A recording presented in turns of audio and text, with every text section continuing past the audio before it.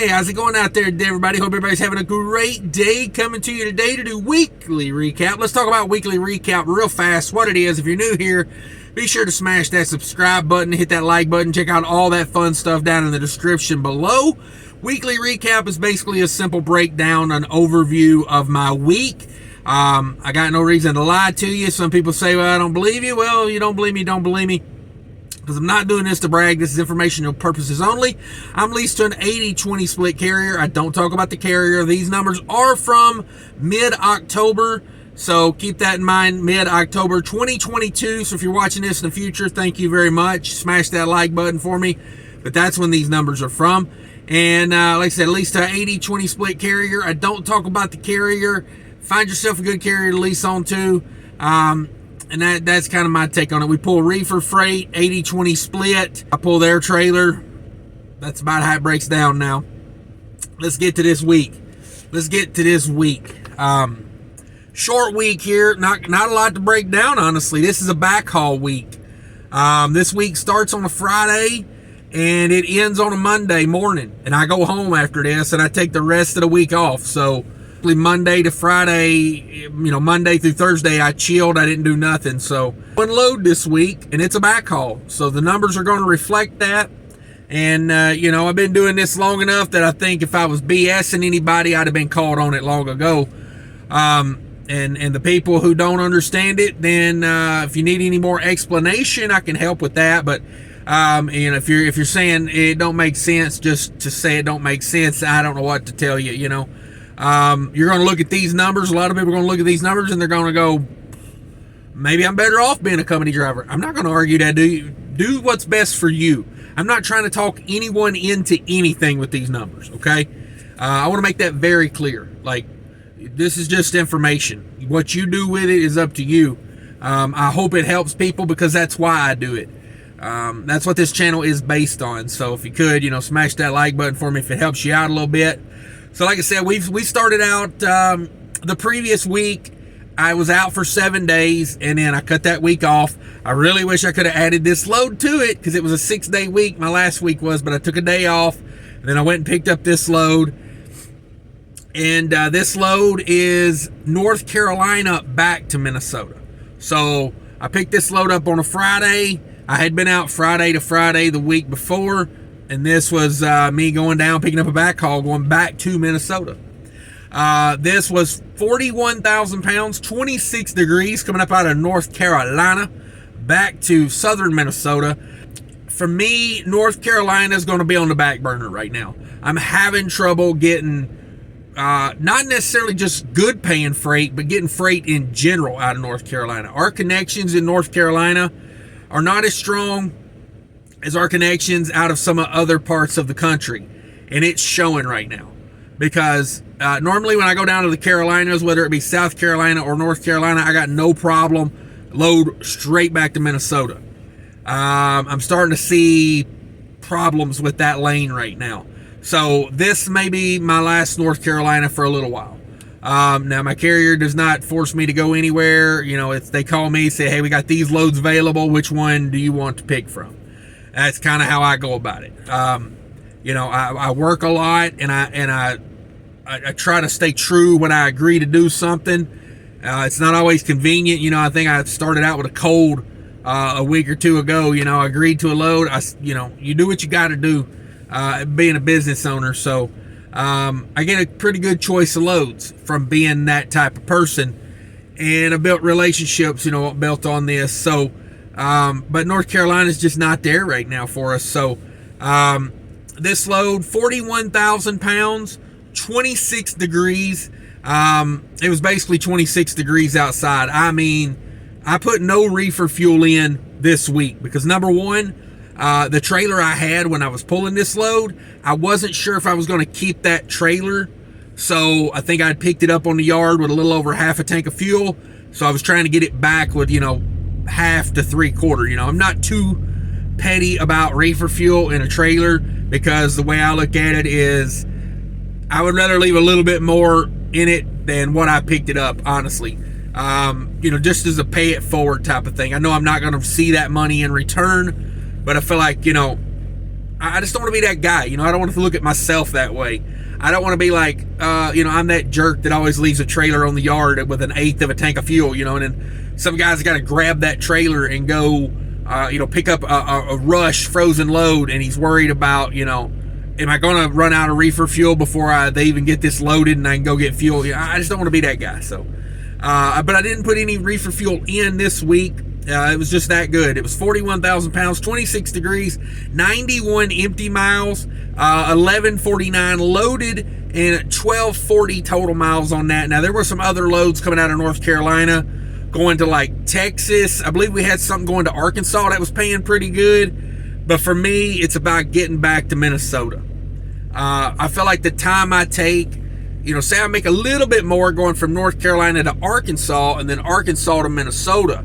I feel like I could make a little bit more, but if you look at the little bit more I would make versus just taking the hit and going back to Minnesota and reloading out of Minnesota and getting that real good money, it's always worked out for me to get that, you know. So that's why I like the out and back. And like I said, North Carolina, there was not an abundance of stuff I like, to be honest with you, coming out of there. You know, I've said I'm not going to do chicken loads anymore. That made me a damn liar. I should have never said that on the internet, because let me tell you, I've pulled a lot of chicken loads since I said no more chicken loads for me. When market's good, I've set the rah, you know, and then the market says, I think it's about time to put a little humility into Cash's voice, and you know, that's what they do. That's what that market does. It humbles you a little bit from time to time. So I don't know, I've probably pulled 4 chicken loads in the past couple months since I said no more chicken loads. Yeah, I mean, it's either you pull chicken loads or you don't go back to Minnesota. Like, that's kind of how it is. Now I could pull a load from North Carolina to Arkansas and then load out of Arkansas back up, but that ain't my game. So we're doing some chicken here lately. So that's the load. One load for the week, one and done, baby. But like I said, you know, and you look at the money of it and all, and you go, wow, I could make more being a company driver. And I could have made more if I would have worked. You know, I mean, I could have grabbed a load out of Minnesota and went out again. But, you know, for being gone, I think I was gone like 14 or 15 days, maybe less. I don't know, maybe 10 to 14 days here. I was gone a little longer than I wanted to. I just wanted to go home, honestly. It's kind of my thing, out and back. And this trip, the outing here actually had me go out to the East Coast and then down to North Carolina and then back home. Whereas normally I would have just went to the East Coast and back. But they needed a North Carolina load. They wanted me to go down and get this North Carolina load, basically. It's what they wanted. I guess they had booked it and somebody had some problems. And I'm all about that. Like, if the carrier, we're stronger if we work together. That's the way I look at it. Did I want to go to North Carolina and pull this load? Not particularly. It was heavy, not a lot of profit in it. But at the end of the day, I got to step up and go get it, because we don't give loads back right now. Put that on my business card. That's my name on my business card. Don't give loads back right now, because you open the door for someone else to get it, and then you know, they might provide a good service. You know, they might take a above and beyond attitude on it, and then they look good because they stepped up when you couldn't go get it. So that's kind of how I took it. They called me. They said, "Hey, we know you normally do XYZ back to Minnesota. Could you do us a favor? That load can pick up like a day later, so we got another guy that can get to that. But we got a load in North Carolina that's got to be picked up on Friday." And I said, yeah, find me something down to North Carolina that's paying decent. And they did. I think I got like $3 a mile, somewhere in that ballpark, to go down to North Carolina. And that's how I ended up down there on a Friday. And we backhauled it out of there. So let's break down this load and my veritable cost. People love it when I say veritable cost. So if that annoys you, I'm sorry. $3,000 on that load. I was not like mad at it, because honestly, that's about what I was getting on those loads when things were good. This is like a direct contact. It's not a direct shipper, but it's a direct standing order with a broker. We do these loads, and they were $3,000 when the market was on fire, and they're $3,000 now. Was I crazy about them then? No. Am I crazy about them now? Not particularly. But if you can get into that area on some good money, it's a worthwhile backhaul. And that's kind of the way I look at my backhauls. Some people make their money on their backhauls. I make mine coming out of Minnesota because that's where all the connects are for me and my carrier. Backhaul, to me, ultimately, it just needs to be a reasonable backhaul. That's what I'm looking for. And this fits the bill. I'll take this all day. I'm profitable with this. Let me explain it to you. $3,000 to the carrier, $2,400 to me, to my truck. That's $1,240. It's 1,240 all miles, 91 empty miles, 1149 on the loaded miles. That's 8% deadhead. So they did a good job matching up the load from the Northeast down to Minnesota. They got me within 10% on my deadhead, which I appreciate. So that's $2.41 all miles the truck turned. I'm pretty profitable at $2.41. It's not where I want to be for sure, but I'm still pretty darn profitable. So that's $1.93 to me. My 80%. It's $1.93 on that. So it's not killing it, but it's a backhaul. And like I said, backhauls need to be reasonable for me because I do pretty damn good on the way out. That's $2.61 a loaded mile. That's pretty good out of North Carolina. Back when things were great, I was like, yeah, what are we doing with this? But now I kind of get it. It makes more sense now that the freight market isn't good. I'm like, oh, okay, this is why we do these for $3,000 when the market's bad, because, this is why we do them when the market's good, because when the market's bad, we're still doing them for the same price. The price never changed.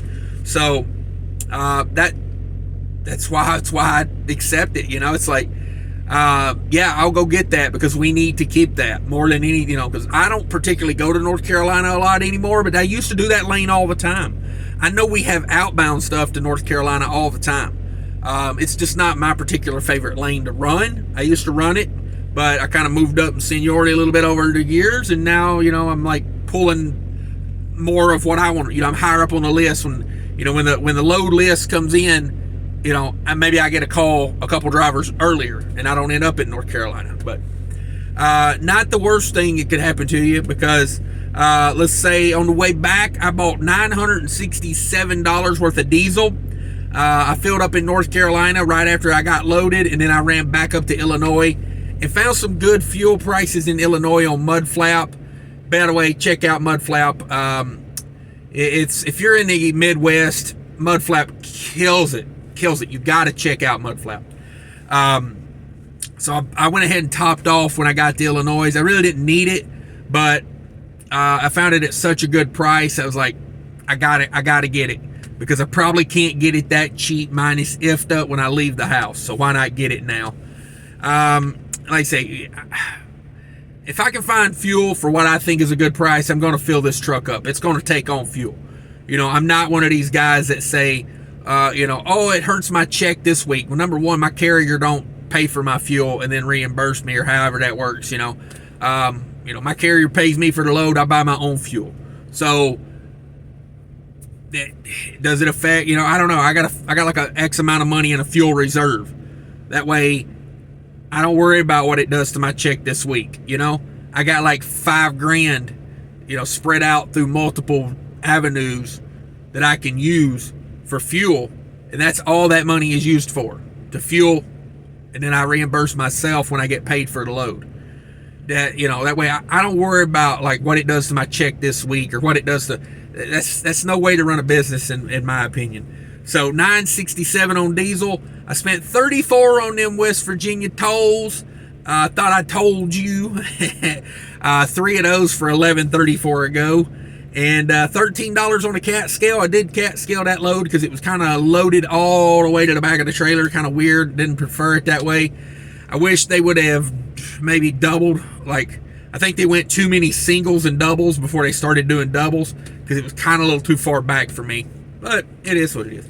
So that makes my veritable cost $1,014. No def, no reefer bought that week. Like I said, I ran that load on continuous for probably the first 10 hours, and then I flipped it over to start and stop, and it basically was the same temperature outside at night as the load was. So gravy on that. And Delph, I usually buy my Delph outbound, so just the way it was. 1014 variable costs. We bring over that $2,400. We subtract those variable costs, 1014. That leaves 1386, and then I took 250 for the maintenance account, which left me 1136 to do what I have to do with. So not a great week by the time you take all the insurances and everything out, you know. But you know, I'm kind of I pay myself a salary, so probably in the red on this week, but I don't have very many of those, thank God. And that's what it is. Fuel costs for the week, 78 cents a gallon. Excuse me, I wish. 78 cents a mile on fuel cost. Like I said, probably didn't need to buy that last 50 gallons of fuel I bought there in Illinois. I just wanted to add to my situation. And I think it was getting cold. I think that's actually why I bought that 50 gallons, because it was in Illinois. And I bought all that fuel in North Carolina, so I wanted to get some treated fuel in the tanks. So I put 50 gallons in up there in Illinois, I think's what that was. Pretty decent price. Pretty fair. But that's it for the week, guys. I thought it was pretty good for a backhaul week. Acceptable to me, you know. Instead of going home for, you know, I delivered that Monday morning. I was at the house by 11-ish, maybe noonish. And then I'm home, you know, Tuesday, Wednesday, Thursday, left out like middle of the day Friday. So I would count that like, you know, 4 days off. So, you know, if you look at the entire outing, I'm perfectly fine with it, you know.